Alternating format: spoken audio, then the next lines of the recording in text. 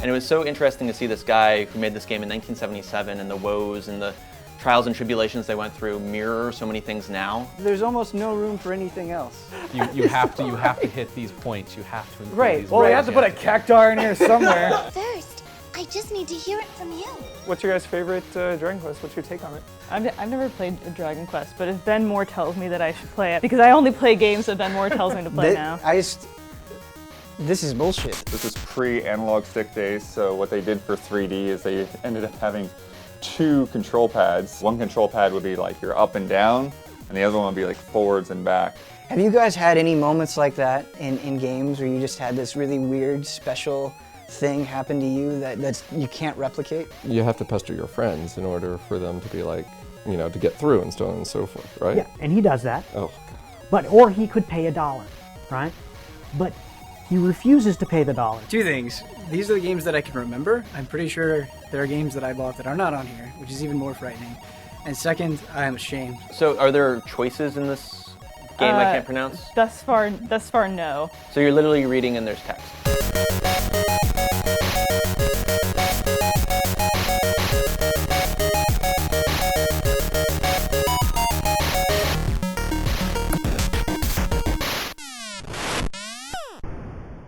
A zillion years ago on Invisible Walls, one of the things we did was we had 10 topics in one show, and everyone just had a couple minutes to talk and everyone could kind of discuss. And I like that a lot, and you guys didn't get to participate in that, so we're kind of bringing this back. So I'll start really quick with my tiny topic. I got to go to a GDC session, first time ever, even though I've been to like a bazillion GDCs, and I'm into text adventure games because I'm a weird old person, and I saw one of the original guys who made Zork talk about how Zork was made. And it was so interesting to see this guy who made this game in 1977 and the woes and the trials and tribulations they went through mirror so many things now. Like originally they were just like college students. They had an idea to do this, make this game. It was too big. They had to chop it up into smaller parts from the mainframe version. They found a publisher. The publisher gave them really shitty box art they didn't like.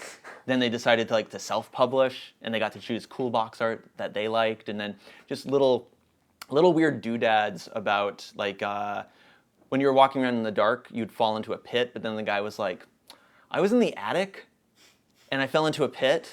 And he's like, yeah. So that's like where the GRU, which is like a thing, if you're in the darkness, the GRU will come and eat you, kind of came from. So a little bit of computer folklore coming out. And I just thought it was kind of interesting to see, what's the old phrase, like the more things change, the more they stay the same. And I don't know if anyone saw the Peter Molyneux quote about like how indies are riding a big wave right now. And I just wanted to kick it off to everyone, the business of making games, not from like a Pactor angle, but just like, people who are into games. And obviously we play a lot of commercial games, we play a lot of indie games.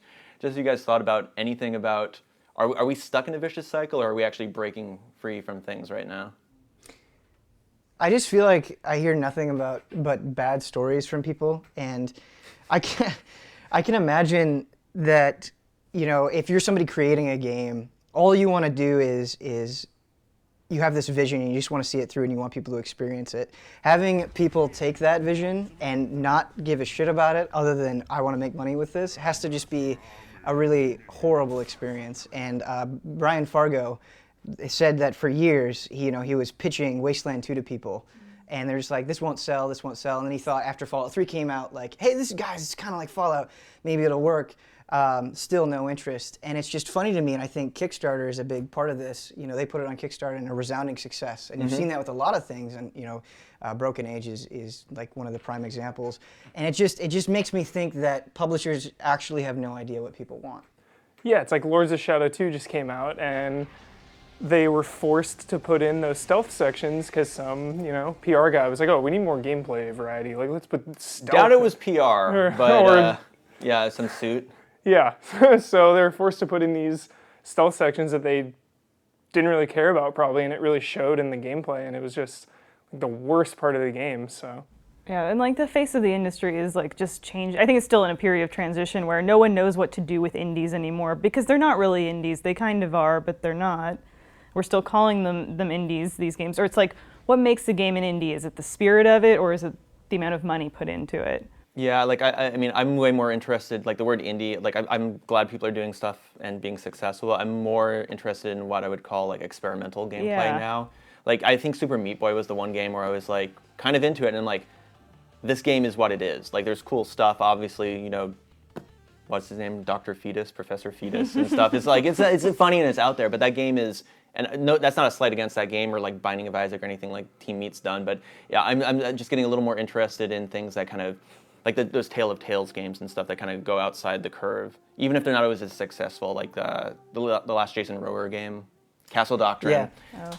Cool idea, not the best execution. So I know we're talking about this after the fact, well after the fact, but I think sort of the positivity and the energy about Brave the Default was so high that I really wanted to get you guys in to talk about it, because like I haven't seen this office so excited about a JRPG in like forever, and that's really cool to see. What is it about Brave the Default, do you think, that has people so turned on? Not in a sexual way. Yeah, no, you can't be. Well, It's Dia's pretty impossible 'cause hot. they're I'm so just going to short. put it out there. You know, it's just like... Diaz is hot right now. You know, like the wind vest, I'm not going to go there. You know, like she's got a whole thing going on. If she's got her outfit, it's a sexy outfit that she's got to wear to bring the crystals back. But a Dia, I mean, she's sassy. You know, it's like I'm totally in. I think it's really accessible. I just, like, when I played the demo, the one thing I was telling Ben was that, like, every time I was like, oh, like an echo herb, like, I know what that does. Or, like, you know, like the items and the way everything that, like, you know, like ninjas are good with, you know, daggers, like big surprise. When you say accessible, I think that's interesting, because I think you're right, because it uses a very familiar language, but I don't think that translates to easy. It's hard going back to other JRPGs that don't let you play the way you want to play them, and how big of a deal that is. I think. And that's what I mean about accessible. Not that you're saying it's not easy. You know, there's definitely battles. I like that a lot of the side quests are harder than the main quests. So a little blue flag would go up and I'd be like, oh, I'll take that job, and then just like, good night, you know, like get back to the main story. But it gives you the freedom to, if you want a power level, you can do it. If you want to level up that class to make that you know, fight a little bit easier, you can do that. You can put in the time. It doesn't make the whole experience easier. You still have to invest more energy to get to where you want to go. And I think there's one like crippling flaw that some people have tried to defend in interesting ways, but I think is just straight up bad. There's a point in the game where you get to what seems like the ending, and this is obviously a spoiler. I know, yeah, So- I've read about this. Yeah, so you get all the crystals restored, and you go to the white light, and it turns out you just reset time, like you just go back. And you're like, wait, what happened? This doesn't make any sense. Let's just do the same thing that we did again. So you go, you restore the crystals again, you go and time resets again. And it resets 4 times. But how many hours did you get out of it the first time through before you hit that time loop? So I was at 20 hours when I got to the natural ending, and I would have been so happy if that was it. You I'm know at what I mean? 20 hours now. Yeah. And I still have to get the Earth Crystal. Like 20 hours, that's a good point. Like, you should be done with the game at 20 hours, you know So what I mean? I feel like there's this expectation that JRPGs need to be 40 to 50 hours, and I think that's bullshit. Oh, see, I don't know. Like, I like this. I guess I've been raised with that. Like, Yeah. that's ingrained since Super Nintendo, you know? It's just like, I need all of this time. But what about this? I'm not opposed to a game feeling 40 or 50 hours, but I see no reason to force it to be that. Yeah. You know? Oh. Like, Yeah. whatever the scope of your game is, let it be that scope and be okay with it. You know, if that's 20 hours, fine. If that's 5, like, Crimson Shroud is one of the best JRPGs I've played in the last few years. It's 5 hours long, but Yeah. it feels complete, right? But it's also priced at that.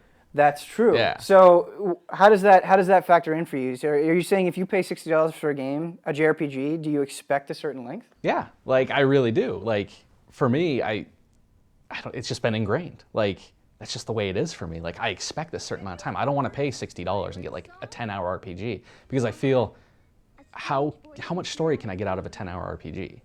Right. Like I can't. There's no way they can flesh out the story this much if you're doing that because you still have to go through all the dungeons. You still have to do everything. So for me, it feels like you need that 40 hours to flesh out all the characters, to flesh out the world around you, to flesh out the story. So did both of you replay it through the 4 extra times and get the good ending, or did you? I got the good ending. Really? 'Cause I heard you talking like the other week. You're like, I hate it. I can't. I don't know why I do these things. I don't know why I do these things, but I just needed that good ending, so I just really plowed through it. I put in my 55 hours. Were you enjoying it at that point, or? Here's the thing: Bravely Default happened during the Olympics, and it's a super good Olympics game. because it can autoplay a lot. You know what I mean? You can basically just program how you want everyone to react in battles and then have it on auto battle. And so 55 hours of that game is different from 55 hours of like, you know, this intense me having my face on the screen. You talking about playing it while you're watching the Olympics, something that our Michael Huber, one reason that he's not playing Brave the Default is he doesn't like the idea of a lengthy adventure on a handheld. Yeah. And I really disagree with that, Yeah. but I wanted to get your guys' thoughts. I actually prefer playing JRPGs on a handheld because I feel like their form really suits it. Like you were saying, I can do other things. I can watch something on the internet, I can watch TV, I can sleep on my bed, whatever I want to do, but I'm still making progress, you know. And you add in the freedom of like being able to decide like, okay, I'm gonna hit this dungeon now, or no, I'm just gonna grind now. I can just, you can be so like, you know what you have to do. I can just stop now. I can just close it, leave it in its state. And you're still making area will progress. pop up on the bottom Exactly, screen yeah. and tell you exactly where you need to go and what you need to do. But you know, on the flip side of that, I think that I might be a little doom and gloom here, but I think the days of turn-based role-playing games on platforms like the PlayStation 4 and the Xbox One may pretty much be gone. You know, you're going to get things like Final Fantasy 15, which is awesome, but those aren't the same thing. How do you guys feel about that? Would you ever want a game like Brave the Default on a console? I would love if Square Enix would release like a retro RPG on like Xbox One, PS4, just an old school like, you know, Final Fantasy VI style RPG, all new, not like a remake or anything. I think it would sell really well. Are you talking like sprite-based graphics? Are you talking like? I would love sprite-based graphics, yeah. Okay. Like, I mean, it doesn't have to be, but I think it would do, if you do that on like Xbox Live Arcade, you know, like put out a $15 RPG, like sprite-based, I think it would do so well. And I think they're missing out on that. I don't think that's gonna happen. I don't think they ever will. I think it'd be amazing if they did. Though I mean, South Park is here right now. Right. That is a turn-based RPG. I feel like it can happen. You just need a unique twist. You need something that's like, oh, this is still something modern. You know. I was a little scared when the game was first announced and it had the fairy like subtitle to the name of the game, and I was like, that worries me. Like best subtitle of all time. I know, but then they struck it off like official listings. It was just Bravely Default, and I was like, that's good. Yeah. Because you're not going to scare away people. They're like, I don't know. In my review, there were a lot of comments that said, I would check this out, but that name sounds stupid. Do you imagine it would have sold even more if they gave it the name Final Fantasy? Yeah, oh, unfortunately, absolutely. I do think that. But it wouldn't have been as good. I can almost tell you that it would have been less of a game if it had Final Fantasy. Really? Yeah, I think so. I mean, it's got all the item names, same item names. It's got the job classes. It has crystals. It did feel weird not to get dun, dun, dun, dun, dun, dun, Yeah. dun, dun. At the end. I was waiting for it every time. It sounds like such a small thing, but I think it's a better game because it doesn't have Moogles and Chocobos and Sid in true. it. Not that I don't love those things. I am as attached to those things as everyone else, but when I was playing Lightning Returns, I'm just like, this shit is here just to be here. Like, Final Fantasy has accumulated so much fat at this point. You know what I mean? Oh, yeah. That there's almost no room for anything else. You have to hit these points. You have to include Right. these. Well, you words. have to put a cactar in here somewhere. You know, like I really feel strongly about that. Where Brave the Default was saved that curse, right? true. It could just find me like, no, guys, Classic we really and don't new need at a the same dancing time. cactus in this. And honestly, I think the series will keep going. And I think it would have sold better if it were Final Fantasy, but you got to like start planting seeds eventually to like make new. But new the branches response and of it was that. like kind of surprising.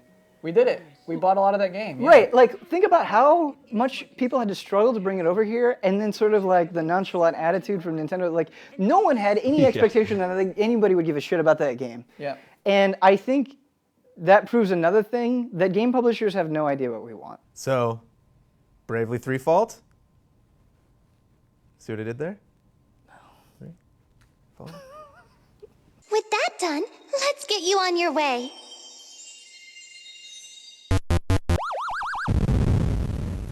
Dragon Quest.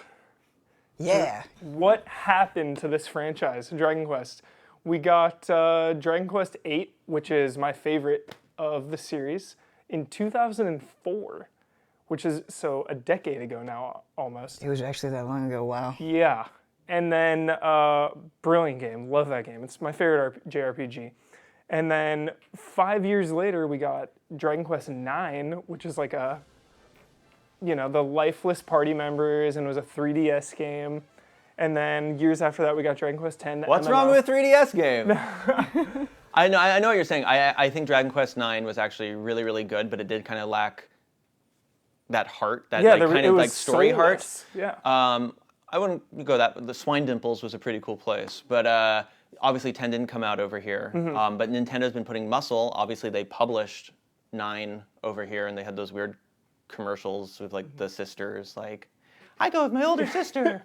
I just think Dragon Quest has never had the cachet over here where RPGs, that was given away for free. Dragon Quest, when I got my first, it was called Dragon Warrior, and I got it for free with a subscription to Nintendo Power. And awesome. Me and my friends, we played the crap out of that, and we loved it. But RPGs like I think Earthbound was Nintendo's other real big push, and obviously Final Fantasy did find its niche, and it was successful in 16-bit. I think they're really just catering to the Japanese audience, where that will sell 4 or 5 million, and they're looking at how Monster Hunter has completely revolutionized, it's really changed things over in Japan, and obviously it's how a lot of things are going to mobile, and we're not happy about that. They're making these new experiences, and I've heard Dragon Quest X, the MMO one, is not particularly good. Anything special, yeah. But the comforting thing was that they did a poll over there, a Japanese poll, and like you were saying, mobile is all huge over there. But the poll said what console would you like Dragon Quest XI on, and 68% said PS4. So that's got to be a good sign. But I feel like they just keep going to mobile, and who knows what they're gonna do. What's your guys' favorite Dragon Quest? What's your take on it? My favorite Dragon Quest is Dragon Quest VIII. Yes. I just the way that game looks, its characters. And just its level of difficulty. It was really the first Quest game I played, which in some ways I sort of feel like there's a little bit of truth to the first one you play is the one you're most attached to. But yeah, it was, I don't know, I just fell in love with it. And man, it was long. Ago, yeah. I just could keep playing it and keep playing and keep playing it, and I loved it. Maybe a little bit too long. Not Dragon Quest VII long, though.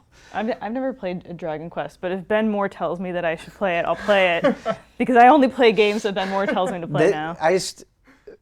This is bullshit. I told you every day for 2 weeks to play Bravely Default. I know. I'm playing Persona 3 now. You're playing Persona 3. That's good. That's good. We're making progress. We're working on it. And it's got to be Dragon Quest 1 for me. The NES ones definitely did some cool stuff, but the first one, even though it's so limited, me and my friend, it's just the memories. We played it so much that we maxed leveled, and then we bought the bamboo pole, which is actually the weakest weapon, and we'd go over and spank the Dragon Lord to death with the weakest weapon. And it also kind of shows a real kind of turning point where JRPGs and Western RPGs kind of crisscrossed, where it was kind of linear, but you could still kind of go everywhere. I think it's a pretty interesting game. Also, it's my favorite sprite when you rescue the princess and you carry her, and I thought that was pretty cool back in the day. Did you like 8? I did like 8. I thought it was too long, and the loading times for going into menus and stuff. I know it's so petty, but it killed me. The micro loads everywhere. Yeah. What's a good entry now if you are going to start getting 8's still pretty good. 8. Show and tell. So guys, for our little show and tell, I brought in my Virtual Boy, which is one of the strange things that most people sometimes forget about Nintendo. This is pre-analog stick days, so what they did for 3D is they ended up having 2 control pads, and I think I remember, with one of the games, it would, one control pad would be your up and down, and the other one would be forwards and back. And then it also has 2 triggers on the back as well. And then the battery pack actually plugged into the controller rather than the system itself. And then the cartridges were these big, weird, flat, compact flash-looking things. And I actually got this from a dude at summer camp who sold it to me for $20. And it was only a year after it came out, so it's a pretty big markdown. And I got 4-something games with it. And it's really weird because you stick your whole face into it, so you kind of do this thing. Or if your back gets tired over it, what I would do is I would just stick the whole thing down on my pillow and just lay on the bed that way. But even that, you need to stop playing after 15 or 20 minutes because you're looking just straight at the screens and it's just pure red and kind of messes with your eyeballs after a little bit. But it's a neat little platform, nice curiosity to have, especially since I basically paid nothing for it, and I've got the Wario game on it that was really good, and I actually did like the flight game which was a little weird because it didn't have any textures on the polygons. So you could like see right through all the walls and everything, but at least it was like a fully 3D game rather than just like layered two-dimensional sprites.